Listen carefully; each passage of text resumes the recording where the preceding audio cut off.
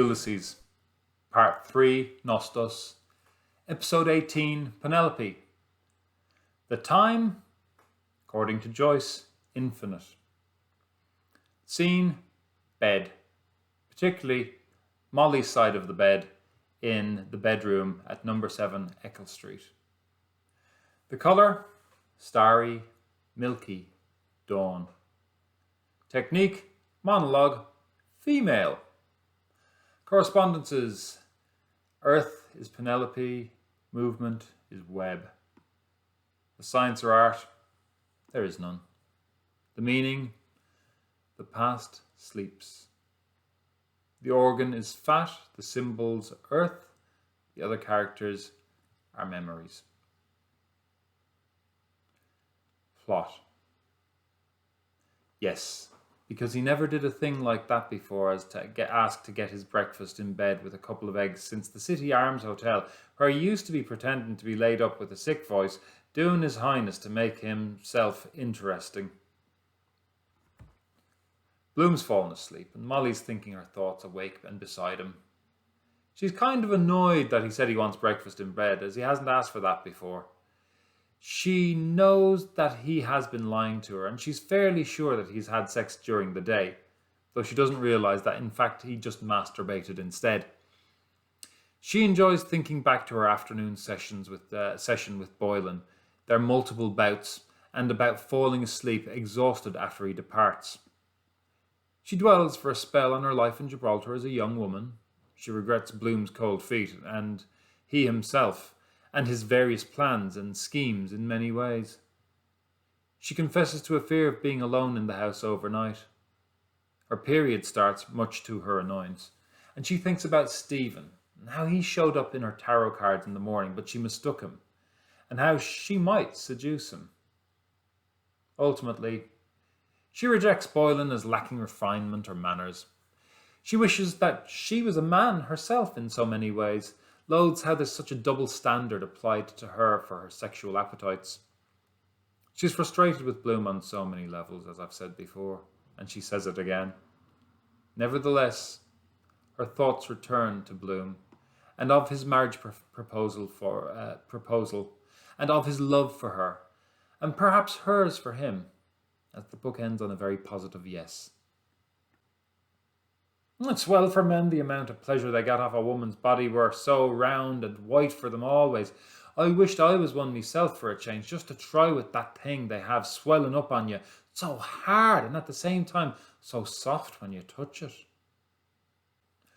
How he kissed me under the Moorish wall, and I thought, well, as well him as another, and I asked him with my eyes to ask again, yes, and he asked me, would I, yes, to say yes, my mountain flower, and first I put my arms around him, yes, and drew him down to me so I could feel my breasts all perfume, yes, and his heart was going like mad, and yes, I said, yes, I will, yes. So we come towards the end of the book. We come to this last chapter. We can take solace that there's only 8 sentences left to finish it all. There's a solitary full stop, and these 8 sentences take over 24,000 words to complete. So maybe it's not just 8 sentences. It's like Joyce said to himself, what can I do to top what has gone on before? It's a monster. It's easy to get lost in it, as, like the infinity symbol Joyce chose to use to describe the time of the setting, it revolves back on itself and back and forth repeatedly. It's dense, but there is a journey that we can follow here. After all, this is the destination that the novel arrives at. The novel being one of the most intricately plotted and executed novels of all time. So seeing as Bloom has been speculating all day about her and Boylan, it's kind of fitting we get clarification on all from her side of the thing. For a book that can be seen as a scripture of love, and the focus of so much of our protagonist's love is this woman, we should hear from her. Here, I find that she's kind of more like a goddess at the end of a Greek play than a mere mortal woman as Penelope was, because she has some element of an objective understanding here. She rounds everything up. There's tons to unpack in this chapter, and This is meant to be 5 minutes, and I know I've already gone over. So I'm just going to latch onto one single point in particular. Her thoughts about Stephen. This echoes what Bloom has been trying to do earlier in the day to supplant Boylan with Stephen in Molly's world. Bloom and Stephen both have something more than Boylan in terms of what she wants in life. Stephen has poetry, while Bloom has manners.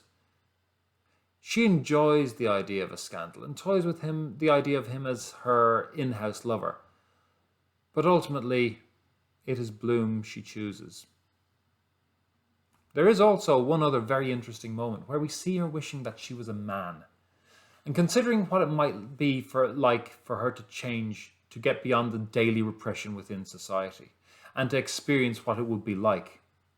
She is a woman throughout who is aware and confident of her sexual appetite from when she was young, and within the world of Ireland and the Empire at this time, she's going to be treated like a whore for that. Little did we realise that in criticism of the novel over the years, there would come times when people refer to her in this chapter as being a whore again and again. But ultimately, she's just a person like everyone else in the novel who wants what they need from life. She is very like Bloom. They're both mistreated by other people because of who they are and what is essential to themselves. So maybe that's the moral of the story. Think about yourself, accept yourself, and to yourself say, yes, you will, yes. And long, still to us that twilight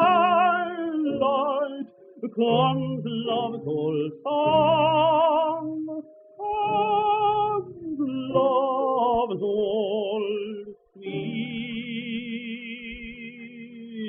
song.